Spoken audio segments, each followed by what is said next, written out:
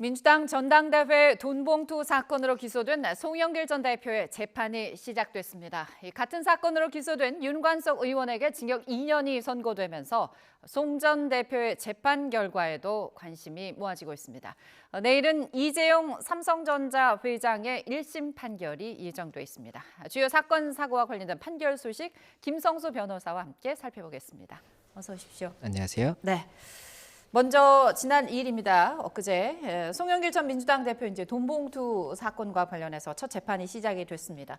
공판 준비일이라서 이제 송 전 대표는 출석을 하지 않았고 변호인 측이 출석해서 입장을 밝혔는데 역시 혐의는 전면 부인하고 있는 상황인 거죠. 예, 맞습니다. 2일에 이제 공판 준비기일이 처음으로 열렸는데 이 공판 준비기일이라는 것은 이 재판부 그리고 검찰 그리고 이제 변호인이 모여서 이 재판을 이렇게 진행을 하겠다 이런 의견을 조금 개진하는 절차라고 보시면 됩니다. 그렇다 보니까 피고인이 반드시 출석할 의무는 없다 보니까 일단 피고인은 출석하지 않고 진행을 했던 것으로 보이고 지금 혐의가 3가지 정도로 나눌 수가 있는데 이제 한 가지가 이 돈봉투를 살포한 것으로 보인다. 이와 관련해서 이제 송영길 전 대표가 관여를 한 것으로 보인다라는 부분이 있지 않습니까? 이게 이제 공직선거법 위반이라고 할 수가 있거든요. 그래서 그 부분 하나가 있는 것이고 또 다른 것이 이 평화와 먹고 사는 문제 연구소, 그러니까 먹사연이라고 하는 그 단체를 통해서 후원금 7억 6,300만 원을 수수한 것으로 지금 검찰은 보고 있고 이 행위가 정치자금법에 위반이 된다는 겁니다. 정치자금법에 어떤 내용이 있냐면 정치자금을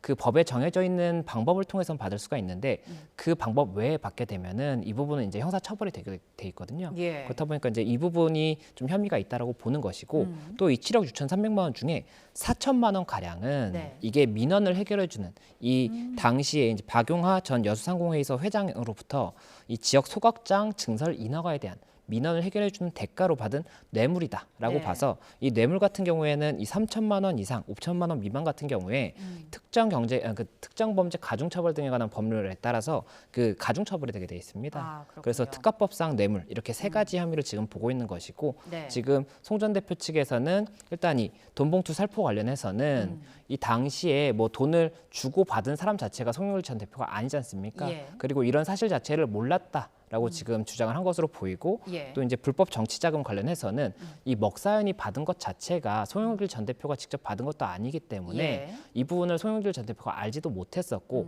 그리고 알았다고 하더라도 이게 정치자금법상의 그 위반이 된다고는 볼 수 없다 이런 주장을 한 것으로 보입니다. 그리고 이 뇌물과 관련해서는 뇌물 같은 경우에는 이 형사적인 이 뇌물죄가 성립이 되기 위해서는 대가성이 증명이 돼야 되는데 이 대가성에 관해서도 증명이 없고 뭐 그런 여러 가지 부분들을 봤을 때 이 뇌물죄도 인정할 수 없다. 이렇게 지금 3가지 혐의 전부에 대해서 부인한 것으로 알려져 있습니다. 그렇군요. 이 돈봉투 살포 의혹과 관련해서는 이제 관련된 혐의로 윤관석 의원 또 강래구 전 한국수자원공사 사임감사위원에게 이미 유죄가 선고가 된 상황입니다. 각각 징역 2년, 그다음에 1년 8개월 이렇게 선고가 됐는데 이 판결의 의미는 어떻게 봐야 될까요? 예, 우선은 저희가 이것을 구분해서 봐야 되는 것이 1심 선고기 때문에 항소를 하게 되면 아직 확정된 판결은 아닙니다. 그리고 항소라든지 상고심에서 뭐 사실관계가 달리 볼 수도 있는 것이고 법률을 달리 판단해서 뭐 유무죄가 또 바뀔 수도 있어요. 그래서 저희가 그 부분은 이제 참고를 하고 일단 1심에서 이런 판결이 있었다 정도로 좀 참고를 해서 보면 되는 것인데 1심에서는 윤관석 의원에 대해서는 징역 2년 그리고 그 강래구 전 감사에 대해서는 징역 1년 8개월 그리고 벌금 600만 원, 추징금 300만 원이 선고가 된 것입니다. 그리고 이 혐의에 관련해서는 어떤 부분을 봤던 것이냐면 이때 당시에 이제 2021년 5월에 민주당의 이 전당대회가 있었고 당대표를 이제 선거를 했지 않습니까? 그래서 그 직전인 4월 28일이랑 4월 29일에 이 당시에 이제 유권자들 중에서도 굉장히 조금 중요한 유권자들인 국회의원들에 대해서 그 300만 원씩 든 봉투를 20개를 마련을 해서 살포를 했다. 그리고 그 외 지역 관련 이런 조금 위원들에 대해서도 그 임원들에 대해서도 어느 정도의 뭐 살포가 있었던 것으로 보인다. 그리고 이 과정에서 이 두 사람이 공모해서 어떤 행동을 같이 한 것으로 보인다라고 봤던 것이고 그리고 이번에 조금 이제 저희가 구분해서 봐야 되는 것이 돈 봉투를 마련한 부분에 대해서 이번에 재판이 있었던 겁니다. 네. 이 돈 봉투를 마련하는 행위 자체도 정치자금법이라든지 정당법의 문제가 될 수가 있는데 네. 그런 부분들에 대해서 일단은 재판을 했던 것이고 이것을 살포했다는 부분은 지금 국회의원들에게 살포했다는 부분은 빠져 있는 거거든요. 아, 그렇군요. 그래서 그 부분인데 저희가 좀 구분해서 봐야 되는데 네. 우선은 이 마련한 부분에 대해서 1심 재판부에서는 그 마련이 있었다라고 보고 두 사람이 공모한 것도 맞다라고 봤고 이 네. 윤관석 의원과 강내구 전 감사가 네. 그리고 이에 관해서 이렇게 범죄가 성립된다라고까지 본 부분이기 때문에 일단 네. 그렇게 저희가 참고하면 될 것으로 보이고 네. 다만 확정이 아니기 때문에 확정이 어떻게 되는지는 지켜봐야 된다 이렇게 네. 좀 설명드릴 수 있을 것 같습니다. 지금 재차 얘기해 주셨습니다만 이것은 1심 선고 결과인 것이고요. 돈 봉투 마련한 행위에 대해서 일단 판결이 나온 것입니다. 1심 판결이. 그러면 아까 말씀하신 게 돈 봉투 마련이 있었고 살포가 있는데 살포는 아직 살펴보지 않았다 그러셨거든요. 근데 이 돈 봉투를 받았다는 의혹을 받고 있는 그렇게 받았다고 알려진 현역 의원이 한 20명 정도인 네, 것으로 맞습니다. 지금 이렇게 알려져 있습니다. 이 부분은 이제 계속 수사가 될 상황인데 촌성 국면이지 않습니까? 어떻게 영향을 좀 받을 수 있을까요? 예, 일단은 검찰에서는 이 혐의를 윤관석 의원이 지금 그 돈 봉투를 살포했다는 부분을 기소를 지금 아직 안 한 거지 않습니까? 예. 법원에 아직 재판을 안 올린 것인데 그 이유 자체가 아무래도 조금 더 보강을 해서 혐의를 좀 더 명백하게 한 다음에 기소를 하려고 했던 것으로 보이고 예. 그 혐의를 명백하게 하기 위해서는 받은 사람들이 누구인지를 특정을 하고 그 받은 사람 중에 일부라도 인정을 한다든지 뭐 이런 사실관계까지도 있으면 더 좋기는 하거든요. 예. 그래서 그런 부분들을 조금 감안을 한 것으로 보이고 20명 정도가 지금 일단은 예상이 되고 있는데 현재 검찰에서 나온 이제 언론을 통해서 알려진 이 네. 입장은 7명의 의원에 대해서는 출석 요구를 한 상태다. 네. 예, 다만 이제 출석 요구를 했다고 하더라도 뭐 내가 좀 일정이 바쁘다든지 하면은 조금 연기할 수가 있거든요. 예, 그래서 조율이 가능하죠. 연기가 조금 조율이 되고 있는 상태인 것으로 보이고 이게 네. 아무래도 4월에 또 총선이 있다 보니까 그 총선까지는 조금 어렵지 않느냐 이런 이야기도 나오고 또 이제 현역 국회의원 같은 경우에는 불체포 특권이 있기 때문에 예. 이게 조율을 하다가 너무 지연을 하는 경우에는 이 검찰에서 영장을 통해서 구인을 할 수가 있는데 그래서 네. 수사를 할 수가 있는데 그 부분이 이제 회기가 시작되면은 불체포 특권 때문에 어려워지거든요. 예. 그렇다 보니까 검찰에서 회기 시작 전에 뭐 이걸 조금 강제할 수 있는지 이런 부분도 조금 검토는 할 것으로 보이고 다만 이게 시기가 시기인 만큼 너무 네. 강제적으로 조금 수사를 진행한다고 하면 그에 대한 반발도 있을 수가 있어서 예. 그런 부분까지 좀 신중히 볼 수밖에 없지 않나 생각됩니다. 네, 총선 국면이기 때문에 자칫하면 이게 또 정치 공방으로 또 갈 수도 있는 상황도 아마 살펴보고 있는 것 같습니다. 어쨌든 이 돈봉투 살포 의혹 정점에 검찰은 이제 송영길 대표가 있다고 보는 거 아닙니까? 그렇다면 이번 1심 선고 윤관석 의원과 아까 그 누구죠?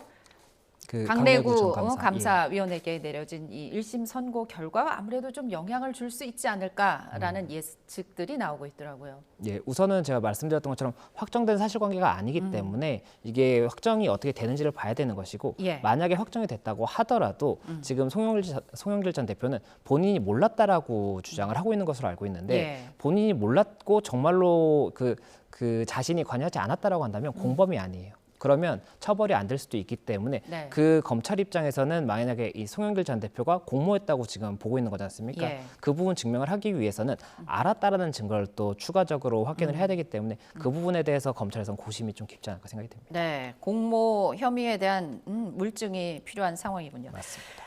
다른 얘기를 해보죠. 내일 또 중요한 재판이 하나 또 있습니다. 삼성 이재용 회장, 삼성물산과 제일모직 이 부당합병 관련한 1심 선고, 역시 1심 선고입니다. 법정 공방만 지금 3년 넘게 이어진 그야말로 상당히 복잡하고 방대한 사건이거든요. 먼저 이재용 회장에 대한 혐의와 쟁점부터 정리를 좀 해볼까요? 예, 일단은 사실관계가 조금 복잡해서 간단하게만 설명을 드리면 네. 2015년경에 네. 이 제일모직이라는 회사와 삼성물산이라는 회사가 합병을 합니다. 네. 이게 다 삼성그룹 내에 있기는 하지만 삼성그룹 내라고 하더라도 뭐 네. 삼성물산, 삼성건설, 뭐 삼성전자 다 별개의 회사거든요. 예. 그렇다 보니까 이 별개의 회사들끼리 합병을 해서 하나의 회사가 되는 경우에는 그와 관련해서 여러 가지로 별개 회사니까 주주들마다 의견이 다를 수가 있습니다. 예. 그리고 이 주주들이 그러면 자신의 주식, 내가 갖고 있는 주식이 높게 평가가 되어야 나중에 합병이 돼서도 높게 평가를 받을 수가 있는 건데 그렇죠. 이 과정에서 어떤 일이 있었냐면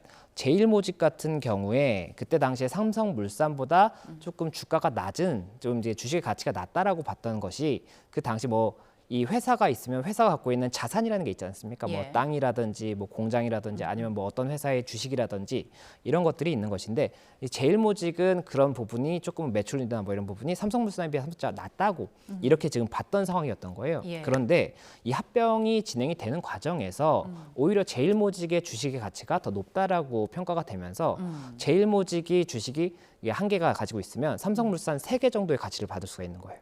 그렇게 되다 보니까는 주주들의 반발이 굉장히 컸고 네. 그런데도 합병이 됐습니다. 그리고 합병이 됐는데 이로 인해서 아무래도 이제 수혜를 받게 되는 사람이 누구였느냐면 예. 이재용 회장 같은 경우가 제일모직의 주식을 굉장히 많이 갖고 있는 당사자였거든요. 네. 그렇다 보니까는 이러한 절차 자체가 조금 이재용 회장에게 이 그룹 전체에 이 삼성물산이 특히나 좀 중요한 이 회사들의 지분을 많이 갖고 있거든요. 예. 그러다 보니 그룹 전체의 이런 경영권을 승계하기 위해서 이런 조금 무리한 절차를 진행한 것이 아니냐라는 이야기가 있었고 네. 이 과정에서 네. 이 제일모직의 가치는 올리고 삼성물산의 가치는 낮춰야 되다 보니까는 네. 어떤 것이 있었냐면 제일모직이 갖고 있는 회사의 지분 중에 네. 삼성바이오로직스라고 있습니다. 자회사. 삼바라고 예, 네. 많이 들어보셨을 건데 네. 이 삼성바이오로직스의 회사 가치를 올리면 제일모직의 가치도 같이 올라가요. 그렇죠. 예, 이 지분을 갖고 있는 것에 가치가 예, 올라가기 예. 때문에 그래서 삼성바이오로직스의 가치를 판단함에 있어서 이 회계 기준이나 이런 것을 변경을 하면서 예. 이 부분이 그런 외부감사법 위반이 될 수가 있는 겁니다. 예. 그래서 외부감사법 위반이라는 죄명이 하나가 있는 것이고 예. 또 그리고 이 주식의 시세를 조작하는 이런 행위 자체는 자본시장법 위반이 돼요. 그렇군요. 예, 그래서 자본시장법 위반이 되는 것이고 또 하나가 이제 이 업무를 함에 있어서 이 회사나 뭐 이런 곳에 손해를 끼치고 자신이 이익을 얻는다든지 이렇게 하면 배임 행위가 성립이 됩니다. 예. 그래서 업무상 배임 이렇게 3가지 죄명으로 일단은 지금 재판이 진행되고 있고 네.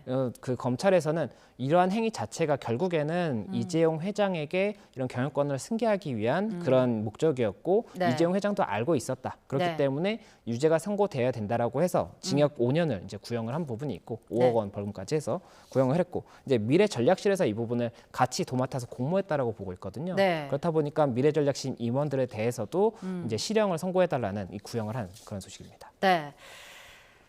이재용 회장이 경영권 승계를 목적으로 미래전략실 주도하에 삼성물산과 제일모직 합병을 계획하고 추진하고 이 과정에서 회계부정, 부정거래 등을 저지르는 혐의를 받고 있다라고 2020년 9월에 이제 검찰이 기소를 했습니다. 그러면서 말씀하신 것처럼 이재용 회장한테는 징역 5년 구형했고 함께 기소된 이제 최지성 전 미래전략실장, 장충기 전 미래전략실 차장에게도 이제 실형이 구형됐는데 그렇다면 법조계에서는 내일 판결이 어떻게 좀 나올 거로 예상을 하실까요? 우선은 유무죄에 대해서 봐야 할 텐데 이 부분이 만약에 뭐 그러한 조금 뭐 자본시장법 위반이라든지 이런 행위가 있었다고 하더라도 이재용 회장이 이 부분을 뭐 관여했다든지 알고 있었느냐는 또 별개일 수가 있기 때문에 그 네. 부분이 쟁점이 될 수가 있을 것으로 보이고 네. 그리고 유죄가 인정된다고 하더라도 이 구형량보다 보통은 적게 선고가 되는 경우가 많기 때문에 네. 이게 실형이 선고될 수 있느냐 아니면은 집행유예가 선고되느냐도 또 볼 수가 있거든요. 예. 그래서 여러 가지 좀 가능성이 있어서 어떻게 판단이 될 것이라고 단언하기는 쉽지가 않을 것으로 보입니다. 다만 이 전에 저희가 이재용 회장과 관련해서 어떤 재판이 있었느냐면 네. 그때 당시에 이제 국정농단 관련해서 네. 그때 뭐 뇌물을 제공했다 이런 부분에 관한 혐의가 인정되는 사실이 있었지 않습니까? 네. 그리고 그때 이 뇌물의 목적에 대해서 이 합병과 관련한 부분도 언급이 됐었기는 하거든요. 그래서 네. 그런 사실관계가 참고가 된다라고 한다면 이번 사례 같은 경우에도 그 부분 관련 사실관계가 어느 정도는 존중이 되지 않을까 생각은 됩니다. 네, 어쨌든 이번 판결은 이재용 회장에 대한 무죄가 선고될지 안 될지가 아마 최대의 관심일 겁니다. 그룹 차원에서도 만약에 무죄를 선고받지 못한다면 이재용 회장과 삼성에 미칠 파급력이 적지 않을 것 같은데요. 아무래도 무죄가 선고되지 않는다고 한다면 일단은 이 업무에 있어서 집행유예가 선고된다고 하더라도 네. 업무 수행에 있어서 어느 정도의 제한이 발생할 수도 있는 것이고 예. 그리고 국제적인 뭐 외부 투자자 입장에서 봤을 때는 이 회장의 리스크가 또 발생을 할 수가 있기 때문에 그런 네. 부분들에 대해서도 여러 가지 뭐 경제적인 효과라든지 이런 부분들이 있지 않을까 생각은 됩니다. 네. 다만 법원에서는 이 판결을 함에 있어서 그런 부분들을 감안하기보다는 법리에 의해서 판단을 하는 것이 맞거든요. 예. 그래서 그 법리에 의해서 법원이 판단을 할 것이지 이런 부분들에 대해서 뭐 어떻게 될 것이다 이것을 뭐 감안하지는 않지 않을까 생각이 됩니다. 네. 다음 사건으로 좀 넘어가 볼까요? 이제 사법농단 사건과 관련해서 임종원 전 법원행정처 차장에 대한 1심 판결도 내일 열립니다. 예, 내일이 맞습니다. 상당히 중요한 선고들이 잇따를 예정인데 임종원 전 차장 앞서 이제 양승태 전 대법원장 사법농단 사건에 연루된 인물 아닙니까? 먼저 임 전 차장의 혐의를 좀 살펴볼까요? 예, 이 임정원 전 차장 같은 경우에는 양승태 전 대법원장이 그 사법농단 사건과 관련해서 이 실질적인 업무를 수행했던 사람으로 지목이 됐던 사람입니다. 네. 그래서 뭐 일제 강제동원 재판이라든지 네. 이런 재판들에 개입을 한 혐의를 받고 있는 것이 하나가 있었고 예. 또 이제 전현직 국회의원들의 민원을 받아서 이 부분 관련해서 법관들에게 뭐 이런 부분에 대해서 조금 참고를 해달라라든지 이런 이야기를 한 혐의가 있었습니다. 예. 또 법원 내 진보 성향, 그러니까 이 법원에 대해서 조금은 부정적인 영향을 끼치려고 하는 부정적인 의견을 내는 그런 학술 모임들에 대해서 와해를 시도했다는 그런 예. 혐의도 하나를 받았었고 네. 또 이제 법관 블랙리스트라고 해서 이 행정처에서 봤을 때 조금 블랙리스트다 이렇게 해서 어떠한 좀 손해를 입히려고 했던 것이 아니냐 이런 네. 혐의가 또 하나 있었습니다. 문건 작성 혐의 이렇게가 네. 있었는데 지금 양승태 전 대법원장이 이와 유사한 혐의를 가지고 이제 네. 재판이 진행됐는데 무죄가 선고가 되다 보니까는 네. 임종원 전 차장에 대해서도 뭐 유사한 사실관계를 판단하지 않을 것이냐 뭐 이런 좀 가능성이 이야기가 나오고 네. 여러 가지 지금 의견이 나오고 있는 그런 상황입니다. 그렇습니다. 임종원 전 법원행정처 차장 혐의, 일제 강제동원 재판 등 재판 개입 혐의, 또 전현직 국회의원들 민원 받아서 법관들에게 부당한 지시를 내린 혐의, 또 법원 내 진보 성향 학술 모임 와해 시도 혐의, 여기에 법관 블랙리스트 문건 작성 혐의. 지난해 11월 검찰이 이제 임 전 차장에게 징역 7년을 구형했는데 말씀하신 것처럼 어떻게 보면 사법농단 사건의 정점으로 지목된 이 양승태 전 대법원장 1심에서 무죄가 됐단 말이죠. 그래서 과연 이 판결이 임종원 전 차장에게도 좀 영향이 있지 않을까. 정점에 있는 사람이 무죄인데 그럼 실행에 있는 사람은 어떤 판결이 나올지 예측을 어떻게 할 수 있을까요? 예, 일단 양승태 전 대법원장 같은 경우에 사실관계가 뭐 하급자의 어떤 행위가 있었다고 하더라도 이 부분 관련해서 양승태 전 대법원장까지 알 수 있었는지에 대해서도 사실관계가 좀 쟁점이 됐던 부분이 있다 보니까는 네. 이번에는 사실관계가 좀 달리 판단이 될 수가 있고 또 이 네. 재판부마다 동일한 사안에 대해서 사실관계를 달리 판단하는 경우도 있습니다. 그리고 네. 이게 합치되는 경우는 대법원에 올라가면 그때 한번 합치가 돼요. 사실관계에 대해서도. 예. 그렇다 보니까 아직 뭐 이번 양승태 전 대법원장의 사실관계가 그대로 이제 인용이 된다고 보기는 어려울 수가 있는 것이고 네. 또 이제 법적인 쟁점은 뭐가 있는 것이냐면 직권남용 권리행사 방해죄가 이제 쟁점이 되는 겁니다. 예. 이게 행정처라든지 이런 곳에서 이 직권을 남용해서 자신의 직권을 남용을 해서 네. 의무 없는 일을 하게 하면 이게 직권남용 권리행사 방해죄가 되는 것인데 이 양승태 전 대법원장 무죄 선고 사유 중에 가장 중요한 부분이 양승태 전 대법원장이 이 재판에 관해서 어떤 관여를 행위를 하려고 했다고 하더라도 이 직권 자체가 네. 본인이 이 재판에 관여할 수 있는 직권이 아니기 때문에 이 직권남용을 했다고 하더라도 직권남용 네. 권리행사는 성립되지 않는다라는 거였거든요. 그러면 만약 동일하게 재판부에서 법리를 적용을 한다고 하면 그 부분 관련해서는 임종원 전 차장에 대해서도 직권남용 권리행사는 성립이 안 될 여지가 있고 다만 지금 죄명이 그거 하나만 있는 것이 아니라 뭐 네. 직무유기라든지 뭐 여러 가지가 더 있거든요. 예. 그런 부분들에 대해서 어떻게 판단될지는 또 별도로 봐야 된다 이렇게 네. 보입니다. 어쨌든 양승태 전 대법원장의 1심 무죄 판결 이후에 제 식구 감싸기 아니냐는 비판 여론이 상당히 높았거든요. 그래서 임 전 차장에 대한 판결은 어떻게 내려질 것인가에 관심이 더 모아지는 것 같습니다. 하나만 더 좀 살펴볼까요? 고발 사주 의혹으로 기소된 손중성 검사 1심에서 징역 1년이 선고됐습니다.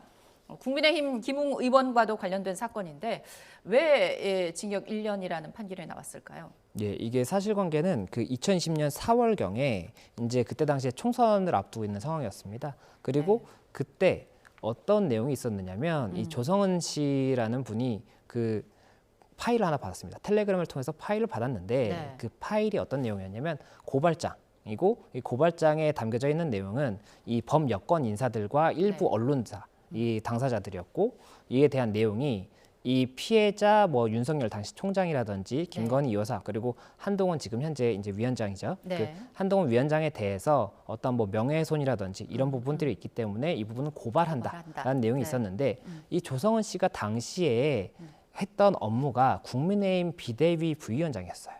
그리고 이것을 전달한 텔레그램으로 전달한 사람이 김웅 당시 이제 국민의힘 국회의원 후보였고, 예. 근데 이 텔레그램 메시지에 뭐라고 써 있었냐면 손준성 보냄이라고 표시가 돼 있었던 겁니다. 그런데 이 손준성이라는 이름이 누구인가를 보면 김웅 의원의 연손 동기인 손준성 검사인 겁니다. 예. 그렇다 보니까는 이제 어떤 의혹이 발생을 했던 거냐면 당시 현직 검사가 예. 국민의힘을 통해서 고발을 하는 고발 사주를 하려고 했던 것이 아니냐. 예. 이것은 그렇다면 그 검찰 공무원으로서의 정치적 중립을 위반할 수가 있는 부분이 있고, 예. 또 이 파일을 보낼 때 고발장이랑 그 고발장에 이제 사용할 수 있는 자료 판결문을 보냈는데, 이 판결문에는 이 판결문 당사자 개인 정보가 들어 있어요. 예. 그래서 이 부분도 그렇다면은 이 개인 정보를 유출한 행위니까 개인정보보호법 위반이라든지 네. 이렇게 위반이 되는 것이 아니냐라는 쟁점이 있었습니다. 네. 그리고 이에 대해서 김웅 의원이랑 손준성 검사 측에서는 당시에 어떤 경위로 그렇게 전달이 됐는지 뭐 기억이 나지 않는다라든지, 그리고 손준성 검사 같은 경우에는 본인이 뭐 이런 것을 작성한 적이 없다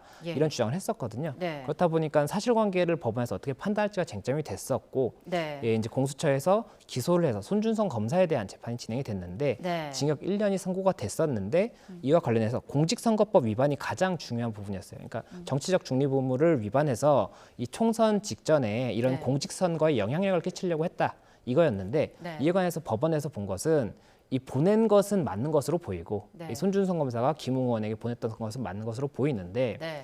이게 제출 자체는 고발장의 제출이 총선이 지난 다음에 지난 다음에 됐거든요. 했죠. 그렇다 네. 보니까는 이게 영향을 끼쳤다라고 볼 수는 없기 때문에 공직선거법 위반은 아니다. 그러니까 법에 의한 처벌 규정에 해당하지는 않는다. 네. 다만 이 사실관계 자체는 정치적 중립 의무를 위반했기 때문에 비난의 가능성이 있다라는 취지로 이제 작성을 했던 것으로 보이고, 그리고 또 이제 나머지 죄명들이 있지 않습니까? 개인정보보호법 위반이라든지 이 형사사법 절차 기록에 관한 위반이 될 수가 있거든요. 그래서 그 부분에 대해서는 이제 유죄를 인정하고 징역 1년의 실형을 선고했던 그런 소식입니다. 네. 징역 1년이 선고됐지만 법정 구속은 되지 않았어요. 이제 법원은 김웅 의원도 공모한 것으로 지금 판단을 하고 있는 것으로 보입니다. 검찰은 앞서 김 의원에 대해서는 불기소 처분을 내렸거든요. 그렇다면 앞으로 이 사건은 어떻게 진행이 될까요? 김웅 의원을 재수사할 가능성도 있을까요? 예, 지금 이 사건도 이제 1심 선고고, 그리고 이제 손준성 검사 측에서는 사실관계도 법리도 인정할 수 없다, 항소하겠다라고 했기 네. 때문에 확정된 것이 아니라는 것은 저희가 이제 좀 구분을 해야 되는 부분인데, 네. 만약에 이 부분이 확정이 된다거나 아니면 확정이 되지 않았다고 하더라도 법원이 이런 입장이 있다라고 한다면 네. 검찰에서도 이 부분을 그냥 무시하고 넘어갈 수는 없는 부분이거든요. 네. 그리고 이 김웅 의원에 대해서는 검찰에서 말씀 주셨던 것처럼 네. 불기소 무혐의 처분을 했지만 지금 그게 항고가 돼 있어요. 네. 항고가 돼 있어서 서울고검에 아직 사건이 검토 중에 있습니다. 네. 끝난 게 아니에요. 그러면 고검에서는 이 부분 아무래도 법원에 이런 판단이 있었기 때문에 이 부분 조금 다시 수사를 해봐야 된다라고 판단을 한다면 다시 네. 검찰 수사가 진행이 될 수가 있는 부분이 있습니다. 네. 그래서 그 부분 관련 고검에서 어떻게 판단할지를 봐야 되는 부분인데, 아무래도 법원에서 1심 확정은 아니지만 이렇게 판단이 됐기 때문에 검찰에서 조금 고민을 할 수밖에 없지 않나 생각이 됩니다. 네. 내일입니다. 주목해야 할 판결 두 건이 잇따라 열리는데요. 삼성 이재용 회장의 삼성물산과 제일모직 부당합병 관련 1심 선고 있고요. 또 사법농단 사건과 관련해 임종원 전 법원 행정처 차장에 대한 1심 판결 내려질 예정입니다. 저희가 좀 더 주목해보고 관련 내용 나오면 또 추가로 분석해 보도록 하겠습니다. 이번 주 주요 사건, 사고, 판결 소식 김성수 변호사와 함께 정리했습니다. 오늘 말씀 고맙습니다. 고맙습니다.